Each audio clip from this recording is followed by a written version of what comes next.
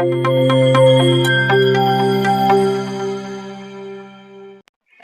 وسهلا ومرحبا بكم في قناتكم هاشتاغ نيوز. كيف ما عودناكم ديما جبنا لكم اليوم فيديو جديد، نتمنى ينال الاعجاب ديالكم. ما تبخلوش علينا باللايك وبتفعيل الجرس باش يوصلكم كل جديد. الى اخر الحلقه ونتلاقاو، خليكم معنا.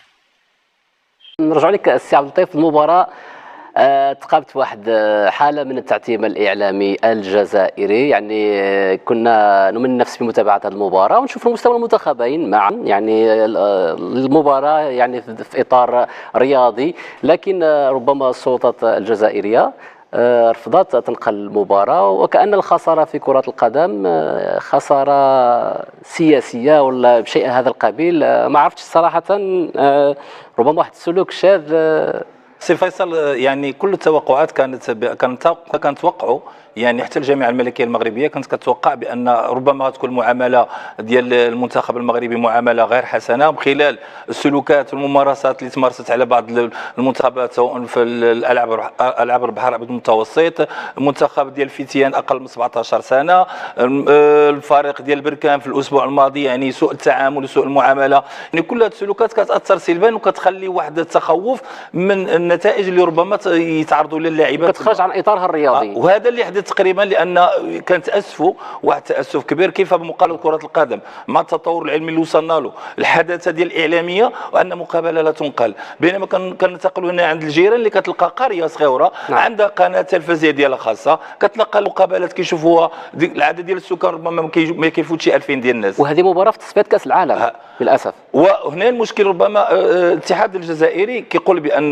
ما بغاش ينقل هذه المقابله، لان في دفتر التحملات ديال المقابلات ديال كره القدم ما كاينش واحد القانون كيضغط عليهم ينقلوا مقابلات، فهي بالعكس في اطار الثقافه، في اطار التعريف، في اطار العلاقات الاخويه والدينيه اللي كتربطنا. مقابله عاديه احنا كنعتبروها مقابله في كره القدم، ما كتجاوزش هذه الحدود. ملي كتنتهي المقابلات اللاعبات كيتصافحوا بيناتهم، والنتيجه كيف ما كانت سواء كانت سلبيه او لا ايجابيه كتبقى دائما الروح الرياضيه هي المسيطره. ولكن للاسف حنا كنشوفوا هذه السلوكات اللي كتمارس في البلد ديال الجزائر، اللي هو كنا كنعتبره دائما لانه بلد شقيق، سلوكات غير رياضيه، سلوكات غير اخلاقيه، سواء في التعامل او في النقل التلفزي، بحيث ان ما مصير الجمهور الجزائري ولا الجمهور المغربي من حرمان من نقل المقابله. ما هو الهدف؟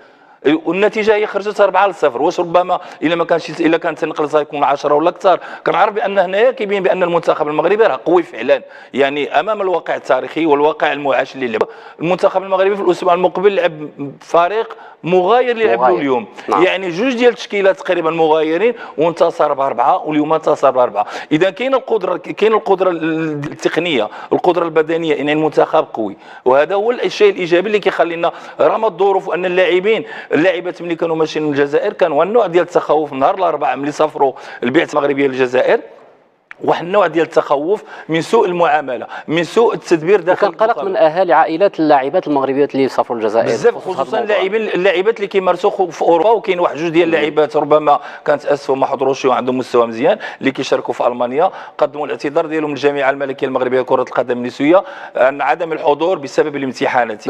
نتابع معك يعني هذه النتيجه وهذا الانتصار، المنتخب المغربي النسوي يتاهل للدور الاخير من تصفيات افريقيا مؤهله لمونديال دومينيكان، يعني يواصل تالقه في هذه المرحله من التصفيات، ويوجد تفوقه على نظيره الجزائري كما سبق في اللقاء الماضي امام النيجر. سي فيصل، الملاحظه البسيطه اللي يمكن نعطيوها هذه المقابله هو ان المغرب كيأكد السيطره، كأكد القدره ديالو الكبيره والشموليه في هذه المقابله، خصوصا بعد المقابله اللي انتصر فيها بركان ب4-0، وكانت المقابله بدون مبالغه يمكن توصل 7 و8 نظرا للاهداف السهله اللي ضاعت والانفرادات اللي شفنا على مرمى الخصم الجزائري. الحارسه ديال الجزائر كانت المتواجده وتألقت اليوم بتشكيله جديده مغايره للتشكيله اللي الفناها في بركان. يعني حصد واكد المنتخب المغربي الهيمنه ديالو والهيمنه ديال كره القدم النسويه على الساحه الافريقيه. نرجعوا لهذه المباراه هذه زينب، يعني شنو قراءتك بالنسبه للخصم المنافس المنتخب الجزائري بالنسبه للمغرب؟ يعني المستوى التقني ما بين دونك بالنسبه للماتش اللي فات بحال اللي قلت لك كان سيطره بالطول والعرض، النتيجه 4-0 منصفه، الا انه كان بامكاننا نكونوا نخرجوا بهذه النتيجه اكبر لولا تصرف بهاد اللاعبات اللي قادهم الحماس انهم يضيعوا العديد من الفرص. هذه نقطه ما غادي نقول شي سلبيه، ولكن بامكاننا نخدموا عليها. انا كنعتقد لانني كنت حاضر في هذا اللقاء، وكانت يعني كان حضور جماهيري كبير للغايه وحماس في المدرجات. ربما كان هذا ضغط نفسي زايد على اللاعبات، او ربما اللعب شويه ايجابا. شوفوا، هو ان الجمهور يحجن الملعب ويشجع بكثافه دي فوا كتقدر تكون ايجابيه بشكل كبير، وفي نفس الوقت تقدر تكون سلبيه، لان كتعمل واحد سابيز سور زعما النفسيه ديال اللاعب. كاينين لاعبات اللي جاو بحال اللي قلت لك طعموا الفريق لا من فرنسا ولا من الدول الاخرى. هاد اللاعبات هادو جاو الا باش يثبتوا نفسهم ويبرهنوا انهم كيلعبوا في انديه كبيره وداك الشيء. هادشي هذا اللي خلى واحد اللعيبه كانت كتلعب في البوست ديال لو 11 كانت كتلعب ال11، ربما ضيعت شي 2 ولا 3 محاولات امام المرمى. حيزون دينا حيزون محترفه هولندا. نعم داكوغ. من الناحيه الدفاعيه كان الدفاع في راحه زعما بواحد الشكل كبير. شوف لاحظنا ان هناك تنسيق ما بين خط الوسط والهجوم، كان تطعيم الفرص بلي سونطراج من اليمين والشمال.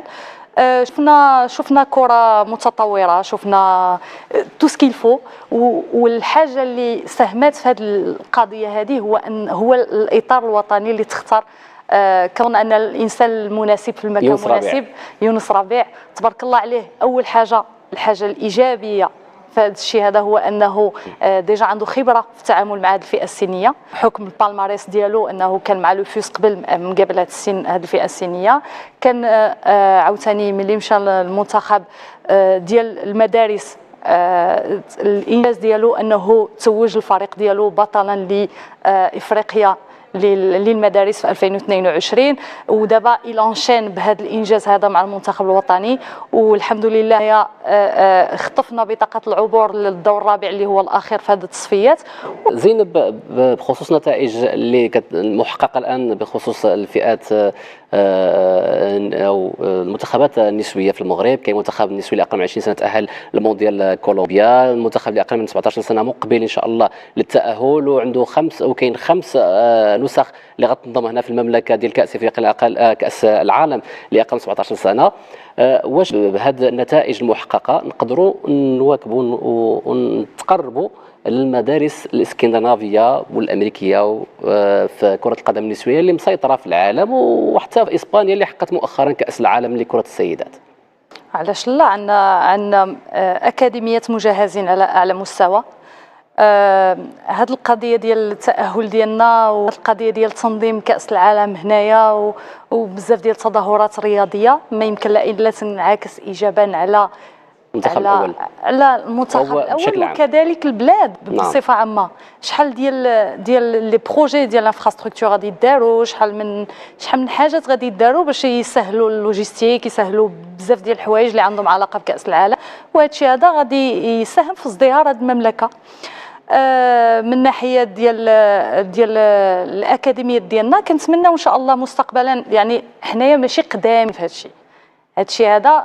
هاد شنقول لك هاد 10 سنين الاخيره عدت الخدمه بشكل كبير، لان انا باش كنت باقي كنلعب كره في 2009 عاد بدات اول بطوله في المغرب ديال كره القدم النسويه.